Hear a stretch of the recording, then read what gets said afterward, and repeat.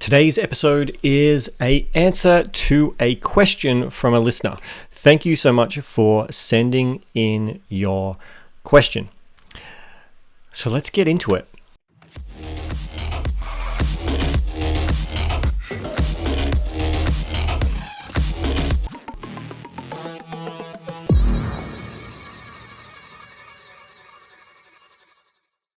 What happens when your business plateaus?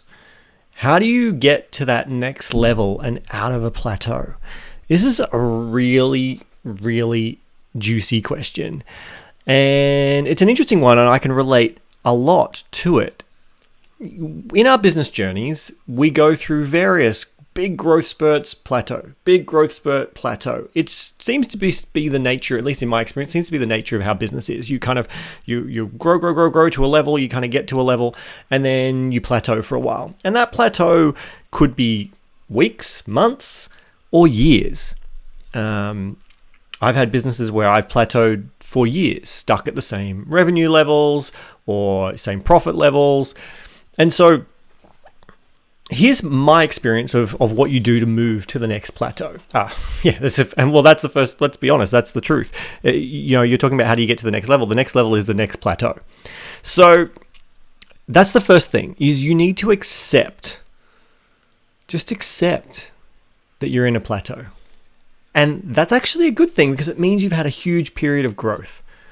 Now, I get it. You might be frustrated about how long you've been in the plateau, and we'll talk about what you then do to get out of it. But the first thing is when you come up to a plateau in business, be like, a plateau, my old friend, so good to see you. And take a moment to celebrate, have a rest. You would have been through this big growth period, and now you're in this plateau stage. It's a great chance for you to recharge, reflect, celebrate what you've achieved, and just go, okay, I've got to a plateau. I know where I am. This is normal. So now I've got to identify. So this is what you need to do. How do you get out of it? You need to identify what the biggest bottleneck is. Now, likely, in my experience, I would say this likely is a plateau for you personally, and most people, is you're at a point where you now need to replace yourself from a key role in the business. It might be something that you do pretty well or just okay at, and you need to bring in someone who's going to completely take that off your hands. They're going to be able to attack that role without any of the traumas and things that you have, the same emotional attachments that you have, and hopefully, ideally, they've got more knowledge, experience in that role than you do as well, and they're going to be able to take it to that next level. So typically, this might be something like marketing, or it might even be that it's time for you to step away as CEO and put someone else in as CEO. It really depends on the stage you're at in your business. If you're at $1 million revenue, I'd say potentially, I don't know the ins and outs of your business, that marketing might be a big piece that you now need to replace yourself in. Or if you're still in any delivery, you definitely need to remove yourself fully from delivery by now if you want to get to the next level. So if you're at $1 million and you're part of the delivery of your service, then delivery is 100% what you need to remove yourself from. If you're out of the delivery and you're stuck at around that $1 million mark or even $2 million mark, it's time to probably remove yourself from marketing, potentially sales, but you probably do marketing first. And that's really going to start to open things up for you. And if you're at the higher levels, then it might be time to start looking at removing you from being the CEO altogether. All right, so let's just recap what we've done so far. Firstly, we've accepted that the plateau is normal, and we've even celebrated. So the second step is we've then celebrated the fact that we've hit this plateau. We've taken an opportunity to have a rest.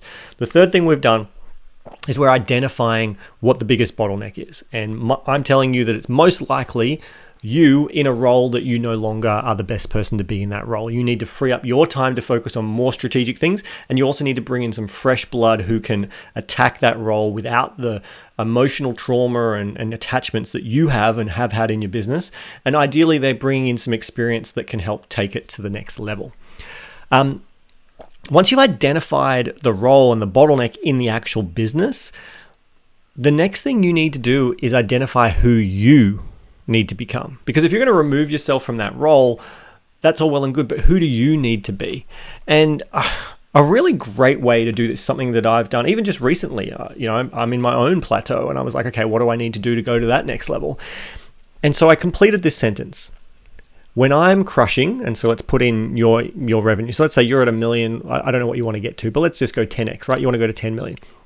So you would go, when I'm crushing $10 million in revenues, I'll be the kind of person that blank. Fill in the blank.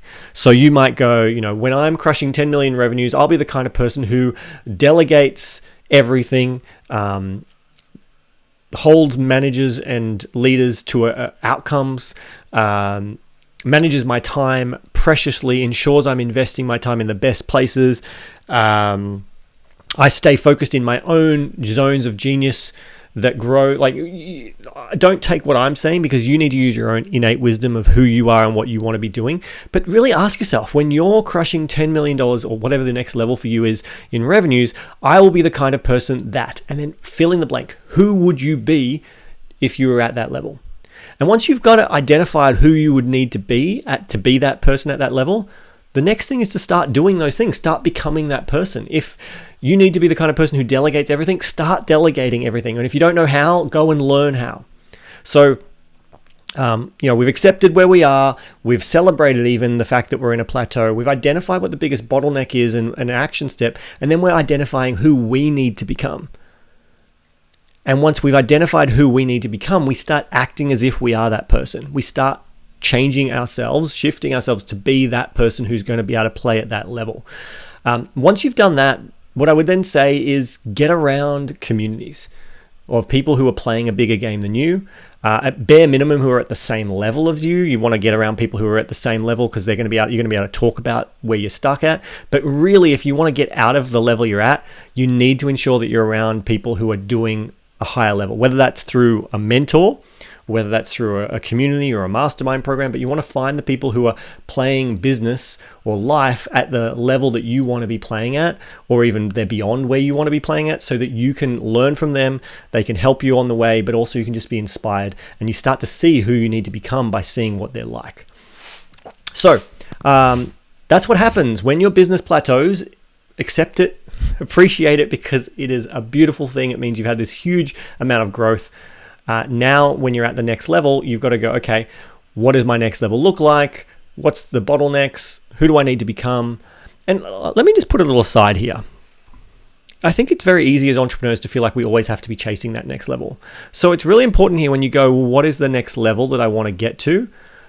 Really check in, like, do you want to do that? Do you want to be that person? Because you might go, okay, well, to do that, I have to be this person. If you don't want to be that kind of person to have a $10 million company, that's okay. If you've got $1 million business in terms of revenue, and it's got good, solid profits that you're able to live a comfortable lifestyle on, and the business, as long as it's not dying and going backwards, and you're able to still innovate and grow, but just a lot slower, that's okay. That's okay too. But I fully encourage you that if you're now at that stuck plateau level, you do want to eventually move up and follow those steps, and that's how you're going to do it. Thank you so much for the question. I really appreciate the question. If you would like to ask a question, feel free to reach out and send us questions as well. Thank you so much, Maureen, and I'll see you on the next episode.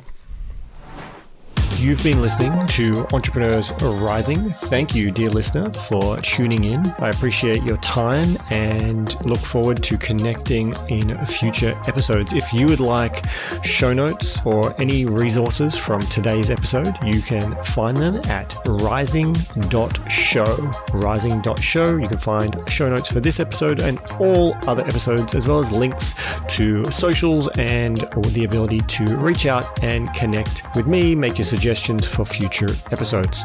Until next time, keep up the journey.